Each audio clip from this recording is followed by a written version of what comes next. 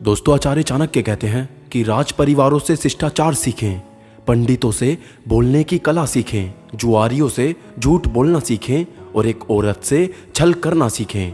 और बिना सोचे समझे खर्च करने वाला व्यक्ति, नटखट बच्चा जिसका अपना घर नहीं है, हमेशा झगड़ा करने वाला आदमी, अपनी पत्नी को दुर्लक्षित करने वाला जो अपने आचरण पर ध्यान नहीं देता, ये सब लोग जल्दी ही बर्बाद हो जाते हैं। और आचार्य चाणक्य कहते हैं कि एक विद्वान व्यक्ति को अपने भोजन की चिंता नहीं करनी चाहिए, उसे सिर्फ अपने धर्म को निभाने की चिंता होनी चाहिए। हर व्यक्ति का भोजन पर जन्म से ही अधिकार होता है और जिसे दौलत, अनाज और विद्या अर्जित करने में और भोजन करने में शर्म नहीं आती, वह व्यक्ति सुखी रहता है। और बूंद बूंद से सागर बनता है, इसी तरह बूंद बूंद से ज्ञान, गुण और संपत्ति प्राप्त होती है। और जो व्यक्ति अपने बुढ़ापे में भी मूर्ख है, वो सचमुच मूर्ख है। उसी प्रकार जिस प्रकार इंद्र वरुण का फल कितना भी पके लेकिन मीठा नहीं होता।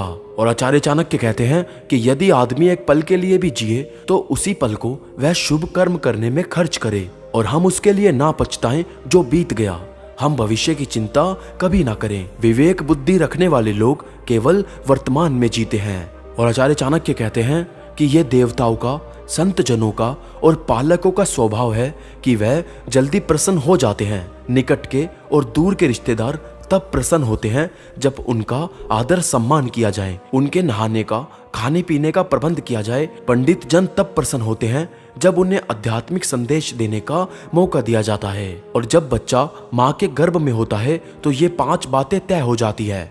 उसकी कितनी लंबी उम्र होगी, वह क्या करेगा और कितना धन और ज्ञान अर्जित करेगा और उसकी मौत कब होगी। और आचार्य चाणक्य कहते हैं कि देखिए क्या आश्चर्य है, बड़े लोग अनोखी बात करते हैं।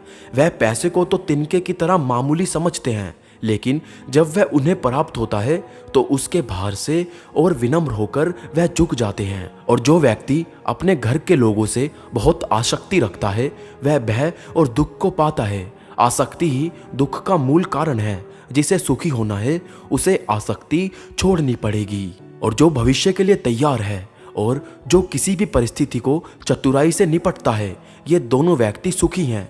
लेकिन जो आदमी सिर्फ नसीब के सहारे चलता है, वह बर्बाद हो जाता है। और यदि राजा पुण्यतमा है तो प्रजा भी वैसी होती है, यदि राजा पापी है तो प्रजा भी पापी है, यदि वह सामान्य है तो प्रजा भी सामान्य है। प्रजा के सामने राजा का उदाहरण होता है और वो उसका अनुसरण करती है। और आचार्य चाणक्य कहते हैं कि मेरी नजरों में वह आदमी मृत है जो जीते जी धर्म का पालन नहीं करता, लेकिन जो धर्म पालन में अपने प्राण दे देता है, वह मरने के बाद भी बेशक लंबा जीता है। और जिस व्यक्ति ने ना ही कोई ज्ञान संपादन किया, ना ही पैसा कमाया, मुक्ति के लिए जो आवश्यक है उसकी पूर्ति भी नहीं की, वह एक निहायत बेकार जिंदगी जीता है, जैसे बकरी की गर्दन से झुकने वाले स्तन। और जो नीच लोग होते हैं वो दूसरों की कीर्ति को देखकर जलते हैं, वो दूसरे के बारे में अपशब्द कहते हैं क्योंकि उनकी कुछ करने की औकात नहीं होती। तो दोस्तों, इस वीडियो की सबसे अच्छी बात आपको कौन सी लगी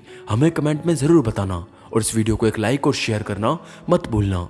तो मैं मिलूंगा आप सबसे अगली वीडियो में, तब तक के लिए मोटिवेशनल मंत्रा साइनिंग ऑफ।